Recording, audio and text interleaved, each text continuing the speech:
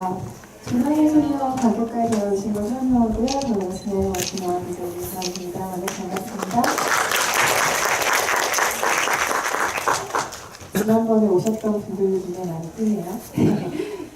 오늘 서영아 배우님이 참석을 꼭 하고 싶어 하셨는데 개인적인 사정상 오늘 참석을 못하게 됐어요. 굉장히 많이 아쉬워하셨다는 말씀을 전함에 양해를 부탁드립니다. 대신 오늘 참석하기로 한 나머지 분들은 전부 여러분과 대화 나누기 위해 오셨습니다. 큰 박수로 맞이해주세요.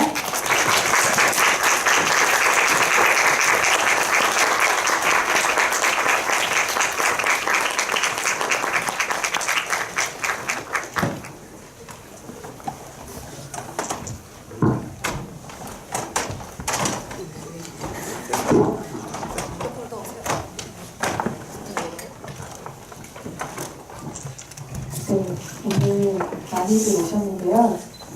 지난번에 제가 이 팀과 한번 준비를 하고 나서 시간이 좀 넉넉한 회차가 혹시 있으면 한 번 더 배정해달라고 했는데 지난번보다 더 짧은 시간에 배정받아서 지금 약간 마음이 급하지만 잘 진행해보도록 하겠습니다. 오늘 오신 관객 여러분들께 일단 인사 말씀 해주시죠.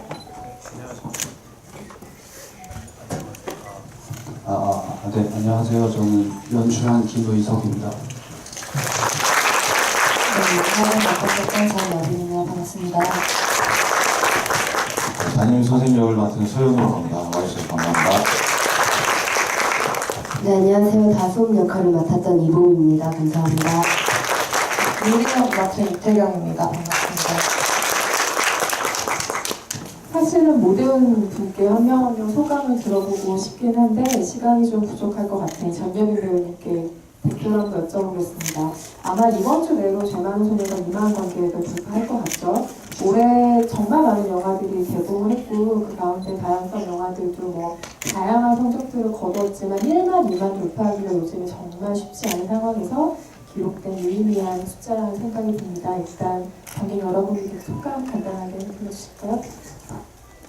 네, 저희 재활은 소녀팀이 김희석 감독님 가 함께 그리고 저희 배우님들 모든 스태프님들 모든 분들과 함께 너무 뜨겁게 만든 영화인데 이게 이렇게 관객님들 만날 수 있었던 것만으로도 감사했는데 흥행이라고 해야 되나요? 흥행도 될 수 있어서 너무 감사하게 생각하고요. 저희 아마 한 2주 정도 더 상영한다라고 알고 있어요. 그때 또 관객님들 많이 만났으면 좋겠다라는 소망을 덧붙여봅니다. 오늘 또 와주셔서 너무 감사드립니다. 직전 이후에도 뭐 IPTV라던가 다운로드 서비스라던가 여러 가지 경로를 통해서 이 영화가 더 많은 관객들과 만나게 되었으면 좋겠습니다. 일단 김희석 감독님 먼저 마이크를 잡아주시죠. 일단 질문으로 신속하게 들어가 볼까요? 일단 이 영화는 여고생 그룹, 여고생 집단이 굉장히 중요하게 등장을 하죠. 그런데 90년대 후반기부터일까요? 그러니까 여고생을 다루는 어떤 한국 영화의 포지션이 조금은 달라졌다는 생각이 드는데 이게 마냥 해맑고 예쁘고 이런 대상으로 그리는 것이 아니라 그들 안에 어떤 폭력적인 관계들, 거미줄처럼 얽혀있는 어떤 관계들, 어두운 면들 이런 것들을 끄집어내려는 시도가 상당 부분 많이 있었다고 생각하고 어쩌면 이 영화도 그 계보에 속할 수 있겠죠. 하지만 그런 식으로 여고생들을 대하는 영화들이 또 많이 나오다 보니까 어느 정도의 또 스테레오타입으로 붙여진 것도 사실인 것 같아요. 좀 음울하고 항상 죽음을 동경하고 반항적이고 그러니까 그 잘 모르는 집단에서 여고생을 그린다는 것에 대한 두려움은 혹시 없으신가요? 두려움은 처음에는 없었고요. 이게 뭐 여고생 이야기를 하겠다라고 처음에 생각한 것은 아니었기 때문에 그것은 없었고 그냥 제가 잘 아는 감정에 대해서 이야기하는 게 초점이었어요. 그리고 약간 질문해주신 기자님 그 내용 중에 일정 부분 비판적인 시각과 뭐 칭찬도 공존하고 있다고 생각하는데 그것은 그러니까 평을 들으면서 좀 알게 된 부분도 있어요. 그러니까 제가 뭔가 그 계보 안에 들어가겠다라던가 여고생에 대한 어떤 발견되지 않은 부분을 좀 뭘 해보겠다 아니면 이 영화를 따라보겠다 이런 생각은 하지 않았고 제 얘기를 최대한 솔직하게 해보겠다. 이게 제일 우선이었고, 두려움은 이제 그 디테일을 만들어가면서 생겼죠. 이제 이 여고생 집단이라는 모니터나 이야기를 듣게 되면서 너가 잘 아는 세계가 맞는가 이 질문을 들을 때 저도 그것에 대해 질문을 좀 많이 했고 그때부터 생겼고 근데 이제 그래도 넘을 수 있는 거는 제가 바라보는 사람 그리고 뭐 감독의 직업이 물론 남자 감독이고 뭐 이런 것들이 되게 중요하게 작용을 하고 있지만 거기에서 좀 벗어나는 시각을 가져야 하는 거 아닌가라는 생각을 좀 많이 했던 것 같아요. 그래가지고 거기에 좀 초점을 맞춘 것이고 네 그렇습니다. 영화를 보다 보면 뭔가 종교적인 모티브에 대해서 우리가 생각을 하게 되는 부분들이 있죠. 뭐 속죄나 뭐 죄책감, 죄의식 같은 것들은 사실 종교의 가장 기본적인 어떤 원리 같은 것이기도 하고요. 그리고 어떤 면에서 영이라는 캐릭터는 죽음 이후에 다시 돌아온 부활한 캐릭터처럼 보이는 측면들도 있고 이 영화에서 계속 반복해서 쓰이는 어떤 피해 모티브들이라거나 이런 것들을 생각했을 때 종교적인 어떤 이미지들의 차용에 대해서 계속해서 생각하게 만드는 영화라고 생각을 하는데요. 특정 종교를 상징한다기보다는 이를테면 굿도 이 영화에 등장을 하니까요. 그런 종교적인 모티브들이 영화의 시나리오를 쓰고 완성하는 데 좀 크게 영향을 미치는 부분이 있을까요?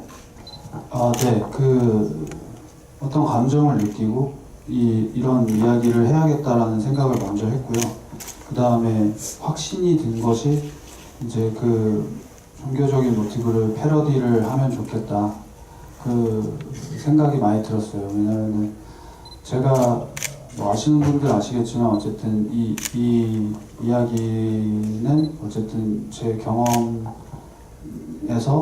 비롯된 것이기 때문에 이런 감정을 영화로 만들어야겠다 혹은 뭐 내가 할 수 있는 일이 그것이니까 뭐 이런 생각 정도로 하고 있었는데 영화로 만들어야겠다는 정말 확신이 들고 정말 매일 책상에 앉을 수 있었던 부분이 이제 그 종교 패러디, 종교적인 부분을 넣자였어요. 왜냐면 그 가장 가까운 친구의 죽음에서 시작된 이야기였는데 그 죽음에 대해서 계속 고민하다 보니까 그 고민이 가장 그 통찰력 있게 잘 된 부분, 저를 위로해준 부분들이 결국에는 그 종교적인 부분들이더라고요.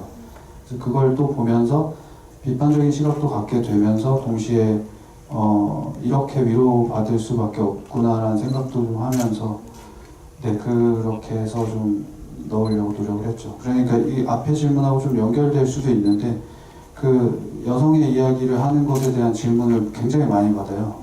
근데 그것에 대한 두려움이 당연히 있죠. 당연히 만들고 뭐 하고 할 때 제가 어떤 제 이야기를 저라고 생각하고 이 캐릭터를 지금 며칠째 붙잡고 있는데 혹은 몇 달째 붙잡고 있는데 이 사람이 여성이란 말이에요. 그러니까 당연히 저도 그 두려움이나 이해 안 되는 부분이 있는데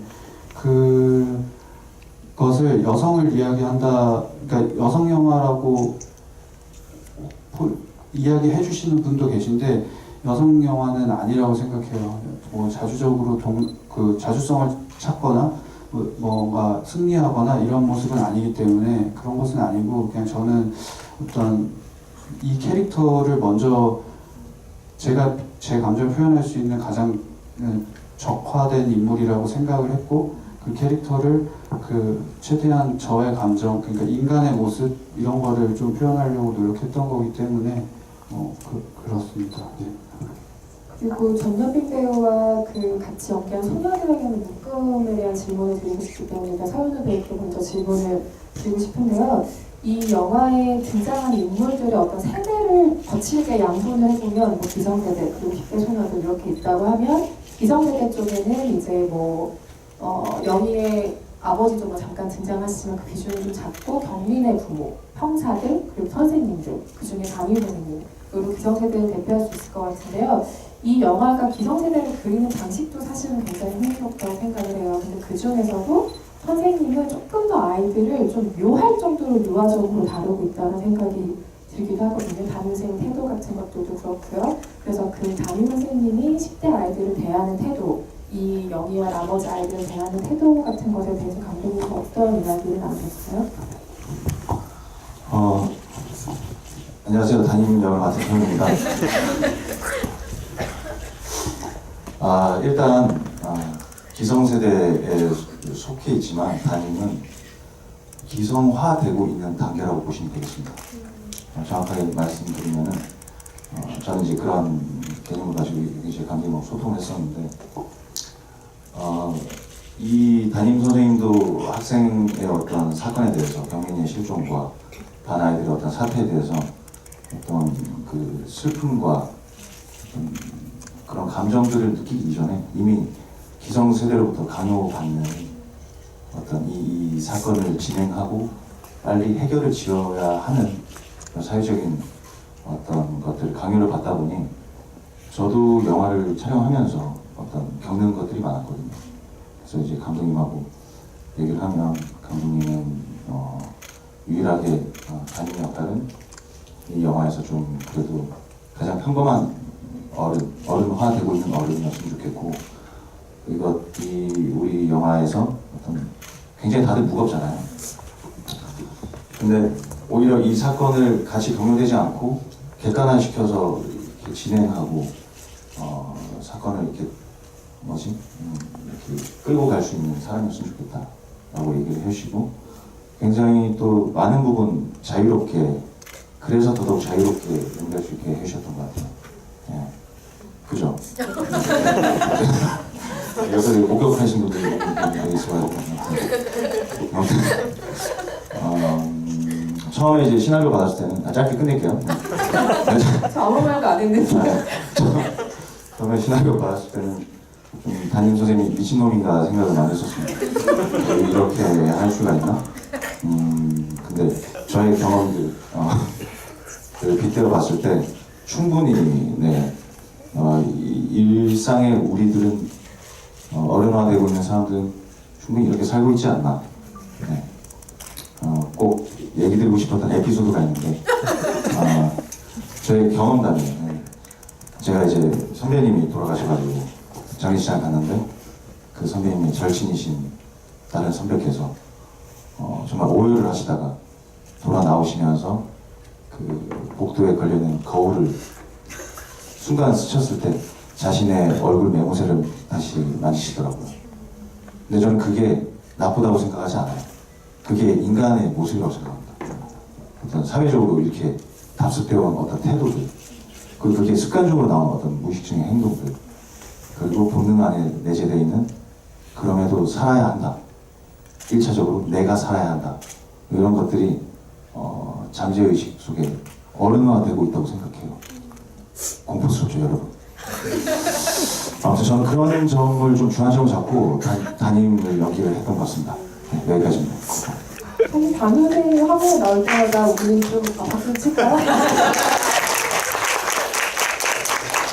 담임이 화면 나올 때마다 좀 반갑죠. 아, 잠깐 숨통이 트이겠구나. 우리를 옥죄는 영화, 좋은 의미로 옥죄는 영화 안에서 이 담임의 캐릭터는 우리에게 웃음도 주고 뭔가 헷갈거리도 주고 말씀하신 것처럼 어른화 되어가고 있는 어떤 입장들을 대변해주기도 하고 그게 좀 윤활유 같은 역할로 담임을 만났다는 생각이 들고요. 영희와 유리와 다솜에게 죽음이라는 게 대체 뭐였을까라는 공통 질문을 드려보고 싶어요. 왜냐하면 영희는 마지막에는 사람들에게 자기의 과업인 것처럼 죽음에 대해서 얘기를 하잖아요. 내가 꼭 끝내야 될 어떤 것. 그리고 경민의 어머니에게 복수를 하겠다라는 결심이 서기 이전부터 계속 내가 먼저 죽으려고 했다. 어떤 죽음에 대한 굉장히 강한 어떤 자신감 같은 것들을 가지고 있죠. 유리와 다솜의 태도도 굉장히 묘하다고 생각하는데요. 죽음을 굉장히 공포스러운 어떤 것으로 받아들이면서도 한편으로는 되게 흥미로운 어떤 것으로 받아들이고 있다는 생각이 들어요. 그래서 이 소녀들에게 이 죽음이라는 건 대체 어떤 의미였을까? 어떤 생각들을 하고 있었을까? 이런 것들이 좀 궁금하거든요. 이거는 이제 저희 영화 전담에도 감독님의 우리 이야기에 대한 한 줄을 써주셨었는데 영희한테도 이것은 자기가 이렇게 접근 헤아릴 수 없는 공포였던 것 같아요. 공포랑 어쨌든 막 해결하고 싶고 감당하고 싶지만 절대 풀 수 없는 그런 것이었을 것 같아요.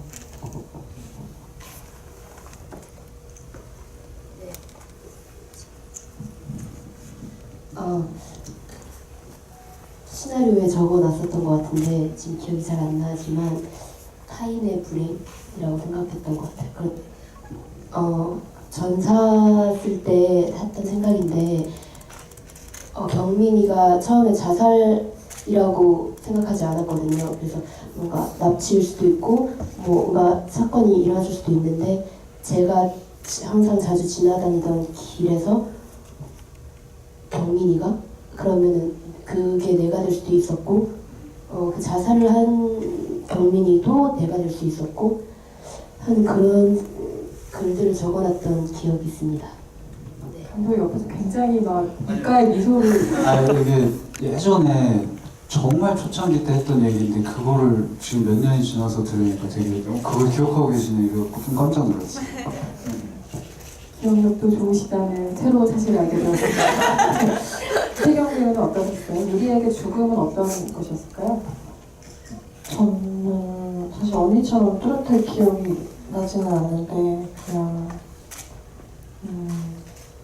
그런 죽음에 대한 관련된 사건이 일어날 때마다 뭔가 그냥 자신의 힘을 과시할 수 있는 그런 되게 깊숙하게 생각하지 않았던 것 같아요. 사실 그런 죽음에 대해서나 유리 주변에서 일어나는 일에 대해서나 뭐 깊게 생각하지 않고 했었던 것 같아요.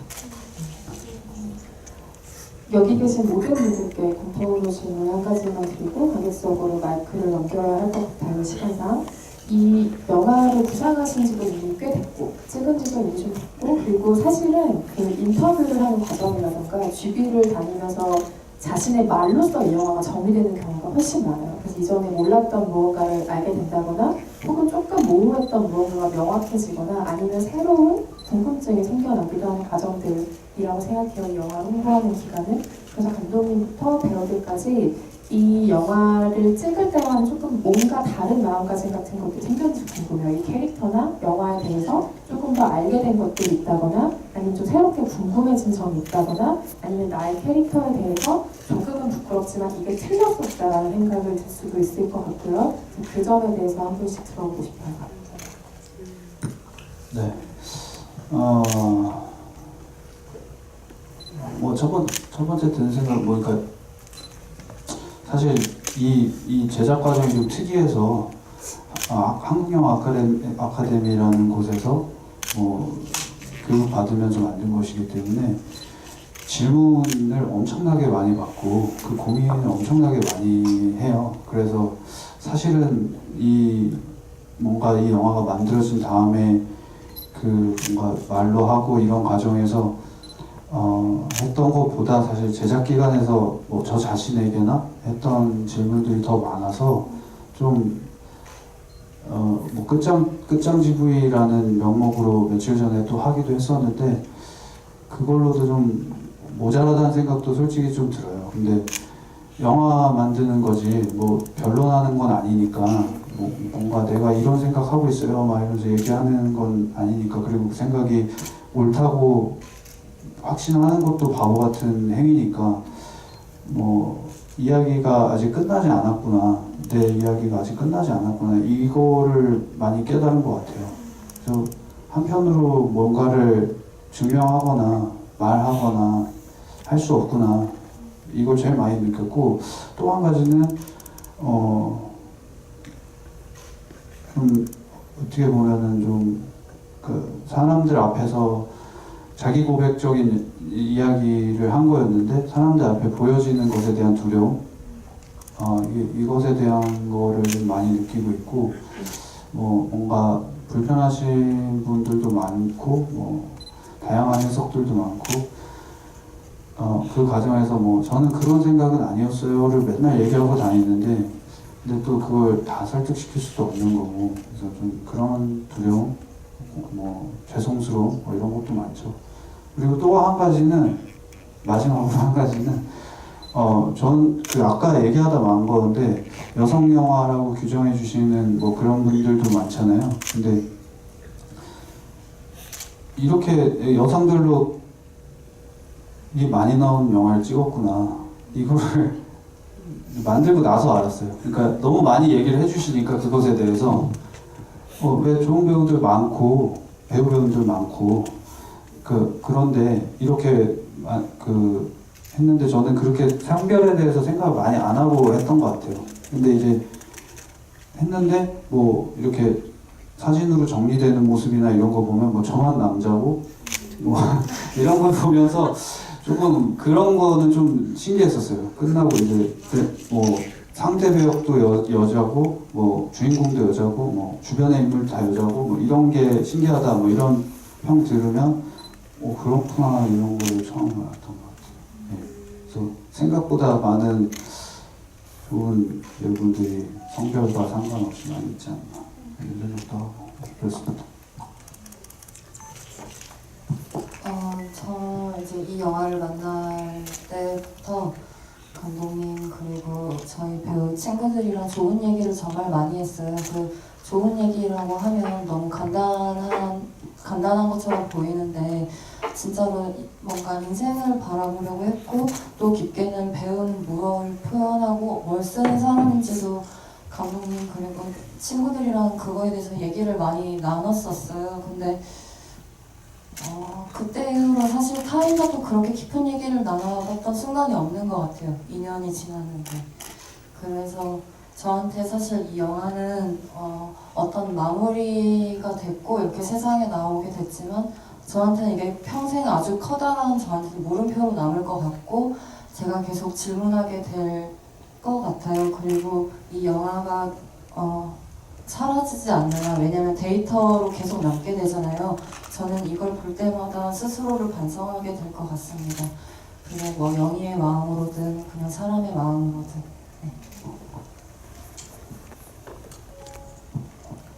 네, 저는 뭔가 아까 기성화에 대해서 더 덧붙여서 얘기를 든다면 그럼에도 불구하고 정말 안에서 되게 상충되는 것들이 많았어요. 담임 연기하면서. 그래서 영화를 촬영을 하고 또 개봉된 어떤 작품을 보면서 느낀 것은 그래도 기성화되지 말아야지 라는 다짐 뭐 그런 것들이 있었고요. 그게 얼마나 지켜질지 모르겠습니다. 그리고 요번에 작업하면서 연기적으로 봤을 때 가장 인상이 남았던 것들은 굉장히 자유롭게 할 수 있는 것들을 마음껏 했다는 거였고 그래서 감독님한테 되게 감사하게 생각하고요. 뭔가 의지를 굉장히 빼고 정확한 행동만으로 연기를 한다는 게 굉장히 어려운 일이구나 이런 생각을 많이 했습니다. 그리고 앞으로도 뭔가 더 그렇게 편안하게 더욱 편안하게 연기를 해나갈 생각입니다. 네. 네, 저는 촬영할 때 맨날 찍고 집에 가면 울고 나 진짜 연기 못하겠다 이러고 부산국제 영화제 때 처음 봤는데 진짜 제 연기를 못 보겠어서 바로 잠들어버리고 막 그랬던 적이 그랬거든요. 근데 계속 보면서 피드백 받고 또 인터뷰 할 때나 질문해 주실 때 제가 생각하지 못했던 부분에 대해서 질문해 주시고 하실 때 제가 어떤 답을 하긴 하는데 내가 진짜 이런 생각까지 했었나? 하는 생각을 했었어요. 그래서 한동안 좀 개봉하고 한 일주일 정도 멘붕이었어요. 말을 못하겠고 좀. 근데 그래서 다시 처음 받았던 시나리오에 전사 쓰고 했던 걸 보니까 그런 비슷하게 생각을 했던 것들이 있더라고. 그래서 본인도 이렇게 말씀을 기억해낼 수 있었고 분명히 제 안에 또 나눴던 대화 중에 그런 것들이 다 있었다 하는 거를 느끼면서 진짜 촬영하면서도 이 작품이 끝나면 굉장히 많이 성장해 있지 않을까 하는 기대가 있었는데 그렇다고 생각이 들고요. 이렇게 좋은 팀을 만나서 진심으로 기쁘고 너무 감사합니다.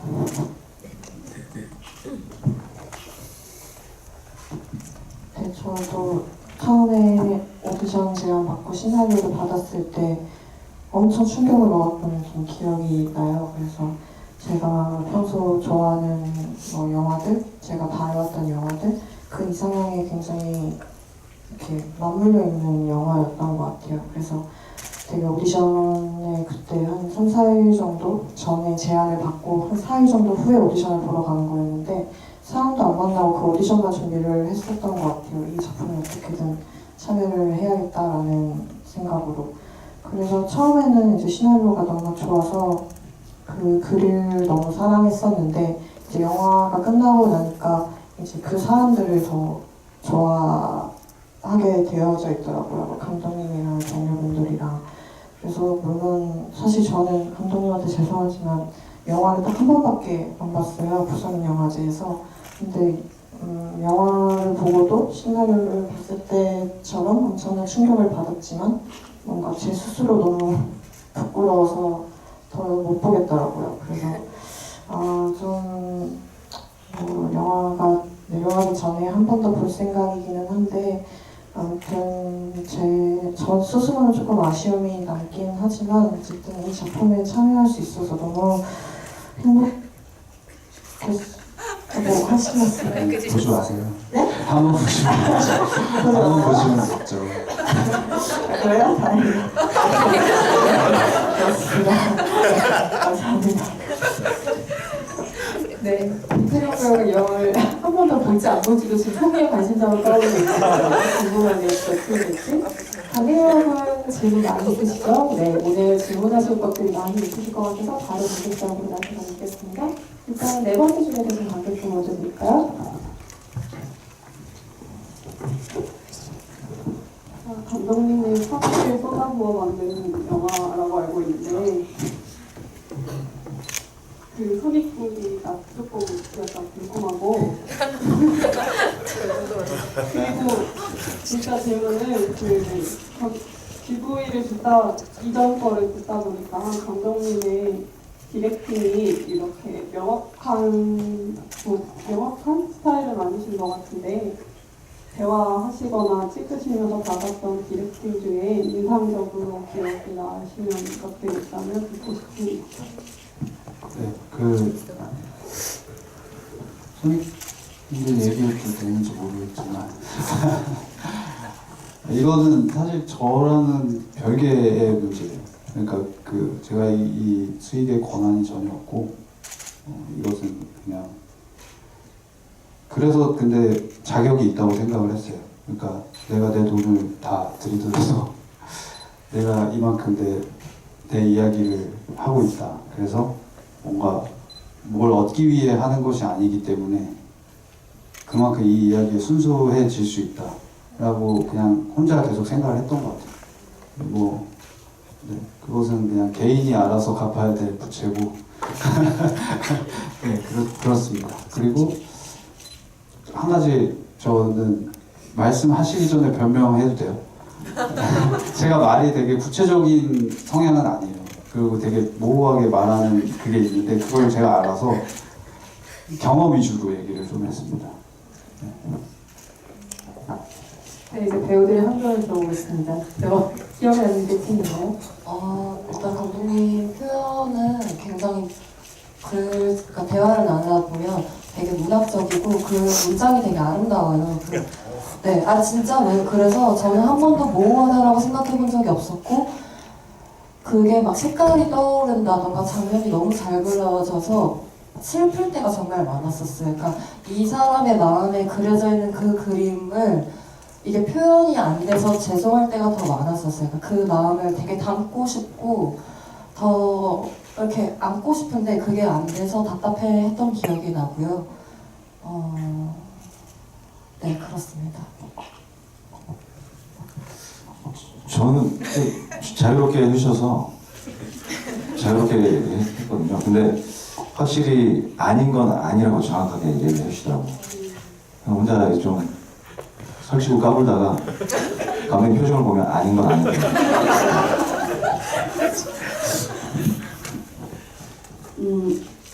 네, 맞아요. 그러셨다.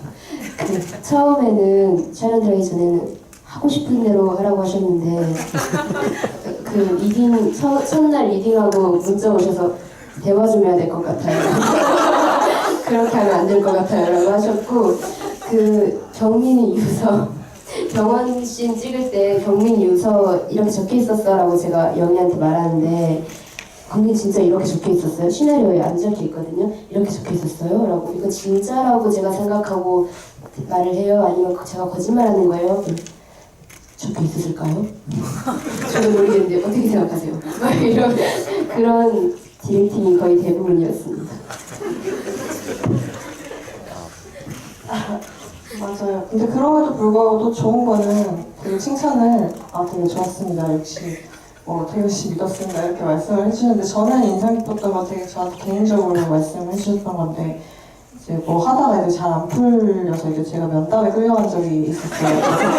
그래서 이제 보통 면담에 배우분들이 끌려가면 대화를 이제 한두 시간 이제 하고 돌아오는 거였어요. 그래서 저도 이제 가서 얘기를 나누는데 되게 인상 깊어서 지금까지도 이렇게 해야겠다라는 생각을 하는 게 감독님 저한테 태경 씨 오디션 보는 것처럼 연기를 해주세요 라고 하셨어요. 그래서 제가 뭔가 유리란 인물에 대해서 뭔가 딱 이런 사람이야 라고 단정 짓고 그 개연성을 찾으면서 그 씬들을 하려고 하다 보니까 되게 표현이 한정적이고 조금 더 이렇게 자유롭게 이렇게 나오지가 않아서 이제 앞뒤 전사를 모르고 이제 딱 이루었을 때 이 감정에만 충실하는 그런 연기를 할 수 있는 오디션처럼 그렇게 하면은 태경 씨가 더 잘할 수 있을 거다라고 얘기를 해줘서 지금도 그 얘기는 되게 고이고이 이렇게 마음속에 있는 조언이 되었습니다.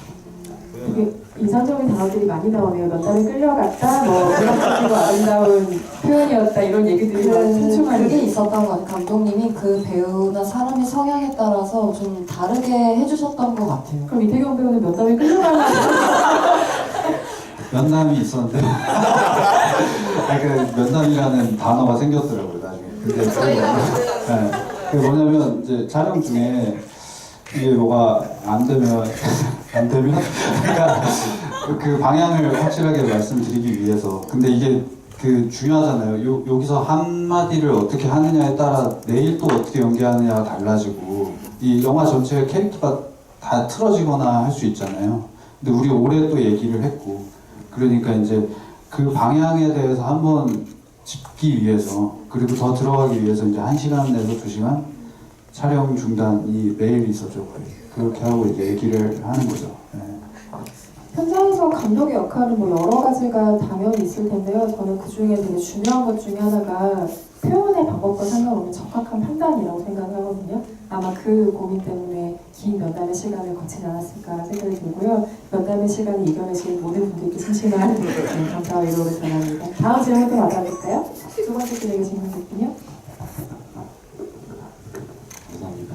저 영화 볼 때마다 좀 궁금했던 점이 서현우 배우님이 이봉 배우님 때리실 때 이봉 배우님 표정이 진짜 아픈 표정인 것 같았는데 이 장면이 혹시 몇 테이크 만에 오케이 됐고 이거 플라스틱 부러지는 것도 다 이렇게 설정된 거 또 이봉 배우님 진짜 아프셨는지. 네.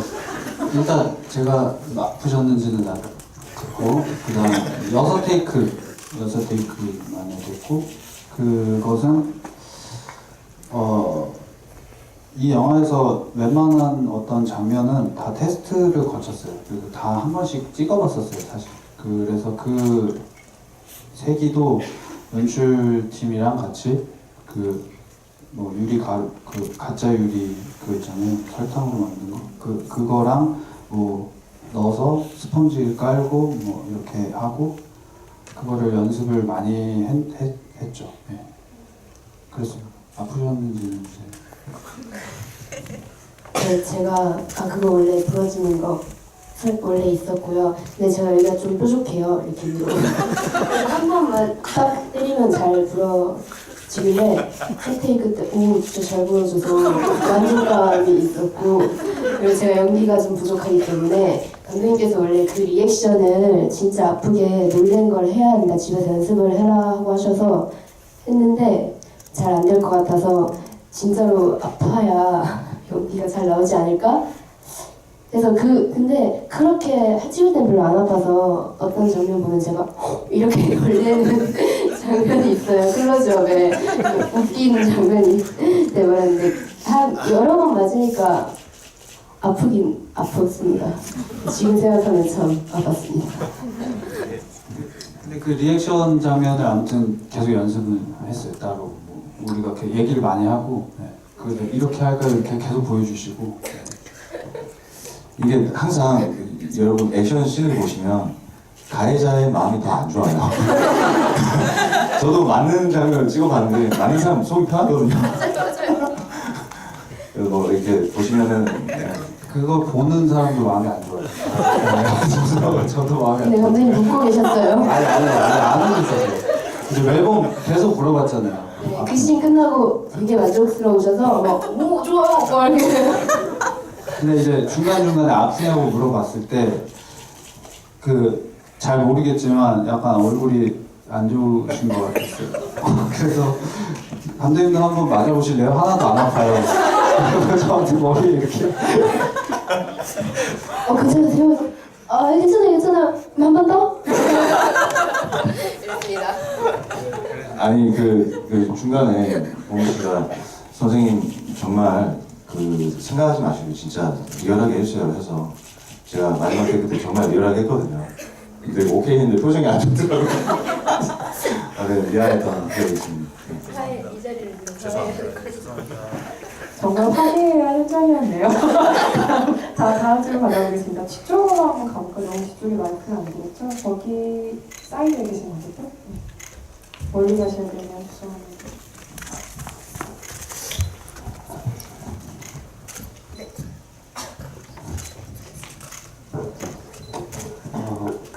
영화 개봉한 되게 오래됐는데 오늘 처음 봐서 되게 공부하고 드리고 싶은 질문은 감독님께서 이제 집이 있다 보니까 그 영화를 구상하신 지는 되게 오래되신 것 같은데 그 영화를 구상하시는 동안에는 또 영이라는 캐릭터에 되게 몰입해서 영의 입장에서 그 시나리오를 쓰셨을 것 같아요. 근데 또 지금은 영화가 완성이 되고 개봉이 돼서 관객들에게 보여지는 이 시점에서 그런 처음 영희에 몰입했을 때 그때 영희를 바라보는 시각이랑 지금 바라보는 시각이랑 어떤 차이가 있는지, 또 배우분들도 혹시 그런 처음 시나리오 받았을 때 그 자기 캐릭터를 바라보는 시각이랑 지금이랑 좀 차이가 있는지에 대해서 좀 여쭤보고 싶습니다. 죄송하지만 이건 시간 관계상 감독님과 정여린 배우 답변을 들어볼게요. 네, 좀 복합적으로 대답을 말씀드리고 싶은데 시간이 없다고 하시니까. 근데 뭐였냐면 영희의 감정은 뭐 몰입하고 있었죠. 근데 다 몰입했어요. 다 모든 캐릭터 다 되게 오래 걸렸고 시나리오가 안 써져가지고 정말 한 캐릭터 다 생각하고 할 시간이 저한테 너무 많았어요. 시나리오 쓰는 재능이 막 엄청나지 않기 때문에 이 캐릭터 어떨까, 어떻게 보낼까 이거에 대한 생각할 시간이 엄청나게 많았고 저가 글 쓸 시간은 만난 사람도 거의 없고 앞으로 내 미래에 대해서 사실 완전 포기한 상태였기 때문에 거의 자기 혐오와 막 이런 거에 가득 차서 집에만 있던 그런 시기여서 사실 성공과 이런 것에 대한 기대나 이런 것 자체 저 자신에 대한 기대가 하나도 없었어요. 그래서 그냥 언제 완성해야지 이런 것도 없고 그냥 계속 주구장창 그 생각만 하면서 그냥 있었기 때문에 모든 캐릭터에 다 이입했죠. 그리고 영희의 캐릭터는 사실 이입했지만 잘 알기 때문에 바짝 짧은 시간에 이입할 수 있었어요. 쓸 때는 오히려. 근데 다른 캐릭터들에게 할애하는 시간이 오히려 좀 더 많았죠. 왜냐면 잘 알지 못하니까. 근데 이제 그 이후에 영화 만들어지고 나서는 조금 이런 생각은 해요. 저는 사회 드라마라고 생각을 하고 썼어요. 그러니까 주인공이 거의 없는 영화라고 생각을 하고 썼는데 사실 이게 편집 과정이나 이런 거를 거치면서 너는 너무 민주적이다. 모든 배우에게 다 이렇게 비중을 할애하면 이게 어떻게 사람들이 받아들이냐 이런 평이 몇 번 있었어요. 그래서 8개월을 제가 혼자 편집을 했는데 그게 이제 점점 이제 영희와 경민모로 압축이 좀 많이 된 편집본이에요. 그러다 보니까 저는 사실 이게 뭔가 굉장히 집중도가 영희한테 쫙 가 있지만 저는 사실 이게 약간 모두 다 뭐 수색 대장 뭐 텐트판 아저씨 뭐 이런 아저씨들한테까지 다 이게 있어가지고 사실은 뭐 그렇진 않고 그 리액션에 놀라고 있긴 하죠. 네, 저는 이제 처음에 영희를 준비해야 하니까 영희를 더 많이 들여다봤는데 처음 편집본 봤을 때 되게 충격을 받았었던 게 왜냐면 저는 영희가 안 보였어요. 솔직히 말해서 그 주변의 인물들 제일 크게는 경민모 그 다음에는 이제 우리 친구들 그 다음에 뭐 선생님 그런 인물들이 보였는데 이 인물들이 사실 영희보다 저는 훨씬 더 크게 보여서 충격이 많이 컸어요. 이 아비 규환을 촬영할 때 오히려 더 못 느낀 것 같아서 되게 이게 마음이 아프더라고요. 그러니까 왜 이 소용돌이를 더 이 엄청나게 큰 소용돌이를 더 느끼지 못하고 그런 아쉬움이 좀 있었습니다. 네. 저는 개인적으로 학급 전체가 이렇게 잘 보이는 영화는 처음이라고 생각해요. 학급 전체 혹은 뭐 그 학교의 일부 혹은 이들이 속한 사회 일부까지 전부 관찰하게 만드는 영화는 아마 감독님의 공이 아니었을까 싶은 생각이 들어요.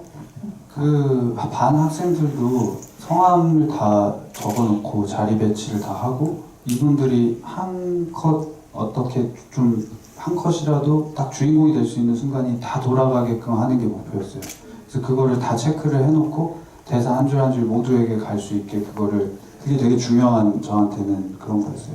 보상이 따로 특별히 이게 크게 갈 수가 없는 상황이었기 때문에 그게 저한테는 되게 중요했고 뭐 그런 현장이었죠. 그 도와주시러 오는 작은 역할을 해주시는 선배님들도 시나리오 단계에서부터 그걸 고민을 했는데 오셔서 오늘 하루 도와주러 아는 동생 영화 도와주러 왔는데 뭐 뭔가 얻어가시길 웃으면서 가시길 기름값밖에 못 드리지만 그래도 차를 타고 가시면서 재밌었어 연기 이렇게 하는 거지 뭐 이렇게 생각하면서 가시길 하는 게 제 바람이었어요. 그러니까 시나리오 쓸 때도 조금 그렇게 생각을 했었죠. 그랬는데 이제 모니터 과정에서 이렇게 하면 다 죽는다.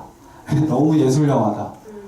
사람들이 안 본다. 이렇게 돼서 나는 사회 드라마라고 생각하는데 뭐 이러면서 다툼이 좀 있고 해서 타협점으로 이제 좀 간 거죠. 음악이나 이런 것으로 사실 그 감정을 더 도와주려고 노력을 많이 했어요. 영희와 경민모. 그래서 그 집중도를 굉장히 높인 버전이죠. 혹시 나중에라도 기회가 된다면 이 모두를 일일이 이렇게 세우는 그 편집본을 보고 싶다는 생각이 들어요. 그거는 폐기했습니다. 파기했습니다. 그러면 볼 수 없습니다. 왜냐하면 지금 이 상태가 이게 다른 편집자가 했으면은 뭐 그런 감독판 이런 게 있을 수도 있겠지만 정말 그렇다고 해서 제가 뭐 사람들한테 보여주기 위해서 둘을 막 다른 편집 그거를 막 없애면서 둘한테 막 집중한 것이 아니라 제일 맞다고 생각하는 걸로 지금 편집을 했어요. 그렇기 때문에 그거는 없습니다. 몸이 아깝네요. 아닙니다. 다음 질문도 받아볼까요? 저 가운데 계신 남자분 아까 힘드셨죠?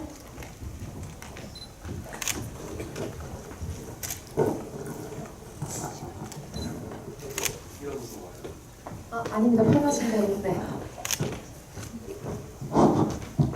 네. 제가 태어나서 독립영화관에서 영화 보는 게 처음이었는데 되게 수준 있는 그리고 생각거리를 많이 주는 영화라서 되게 인상 깊었습니다. 그 질문은 영화 속 장면에 대해서 하나 질문드리고 싶은데요.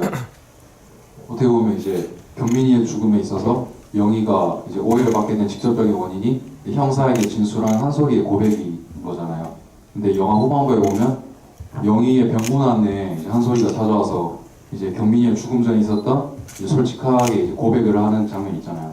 근데 그 한솔이의 고백에 대해서 어떻게 보면 영인 입장에서는 그동안 계속 그런 오해를 받게 된 직접적인 원인이 한솔이의 진술 때문인데, 그런 한솔이의 솔직한 고백에 대해서 어떠한 뭐 분노라든가 이런 걸 표출하지 않고 그냥 이제 입맞춤으로써 답을 한 거에 대해서 이게 무엇을 의미하는지, 그리고 이게 진짜 한솔이에 대한 영희의 진심 어린 그 용서인지 궁금합니다.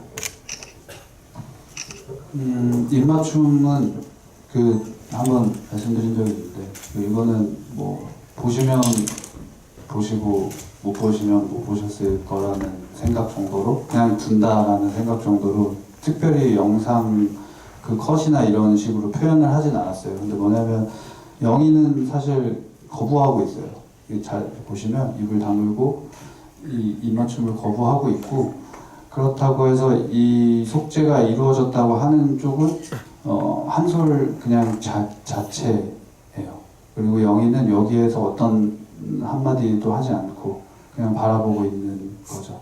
그리고 앞에 얘기해 주신 것처럼 뭔가 증언에 의해서 이 친구가 의심을 받았다라고 생각하실 수도 있는데, 사실은 이런 경우에 그 말이나 이런 것이 참고가 되긴 하지만 어떤 결정적인 게 되진 않는 것 같아요. 않는 것 같다는 경험입니다. 그래서 왜냐면은 그 방어 기제라는 게 다 있으니까요. 그래서 그 말을 통해서 뭔가 또 수사를 하시는 건데, 그걸 이제 어떻게 너무 길어지나? 근데 아무튼간 이게 약간 그 일반적인 수사 방식이나 어떤 그 뭔가 진실을 찾아서 달려가는 식으로 보이게끔 보이지만, 그렇게 구성이 된 것처럼 보이지만 사실 들여다보면 그런 것들이 다 허상이에요. 이들은 그런 걸 뭔가 쫓는 흉내를 내고 있는 거고 다 알아요. 왜냐면은 다리 위에 구두 발견됐잖아요. 가방하고. 근데 여기에서 그걸 뭘 더 찾겠어요. 그 선택인 건데. 그리고 거기에서 그 아이가 뭔가 그 말을 통해서 뭔가 얘한테 뭔가 이유가 될 만한 어떤 강력한 말을 전달했다고 한들 그걸 이유 삼을 정도로 사회가 그렇진 않은 것 같아요. 그렇게 무지하진 않은 것 같아요.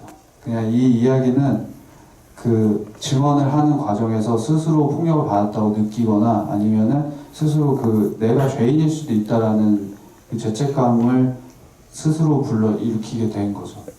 그래서 사실은 이것이 누구의 탓도 아니고 누구 잘못도 아닌 상황을 모호하게 만들려고 노력을 했어요. 그러니까 영희도 그걸 아마 알고 있을 거예요. 뭐 한솔이가 거기서 그런 말 한마디를 한다고 해서 한번 죽어봤더니 알겠다고 나중에 얘기하잖아요.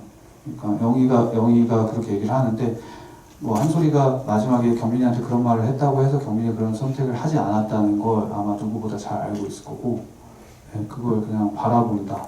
그리고 이 사람들이 자멸하는 모습을 그 엔딩으로 가면서 계속 그냥 본다, 둔다. 뭐 이런 생각을 하고 있었던 것 같아요. 오늘 처음 보셨다는 관객분 앞으로 보는 영화 많이 봐주세요. 좋은 경험이 됐길 바랍니다. 모든 집이가 마치려고 하면 되게 아쉽긴 한데 이 팀이랑 왜 맨날 아쉽죠? 어쨌든 오늘도 마무리해야 될 시간이 됐는데 아시겠지만 오늘 또 월드타워 넘어가셔야 되거든요. 그래서 이태경 배우님부터 오늘 오신 관객 여러분들께 큰 인사 한 말씀씩 부탁드리겠습니다. 많은 질문을 받지 못해서 양해 부탁드려요. 네, 오늘 마지막 지브이라고 얘기 들었었는데 이렇게 마지막까지 지브이에 함께 참여해서 이렇게 만나뵐 수 있어서 너무 감사하고 반가웠고요. 이렇게 마지막까지 자리 지켜주시고 영화 사랑해주시고 너무 감사합니다. 제가 이 영화 오디션을 볼 때만 해도 그냥 연기가 너무 하고 싶은 마음이었는데 지금 개봉하고 몇 번이나 보러 와주시고 얼굴 익히고 인사하는 분들을 보면서 진짜 기적 같은 일이 아닌가 하는 생각을 요즘 하면서 너무 감사하다고 느끼고 있어요. 제가 앞으로 어떤 자세로 제가 하는 일을 임해야 할지에 대해서 또 깊게 생각해보는 시간들이었고요. 이렇게 사랑해주셔서 너무너무 진심으로 감사드립니다.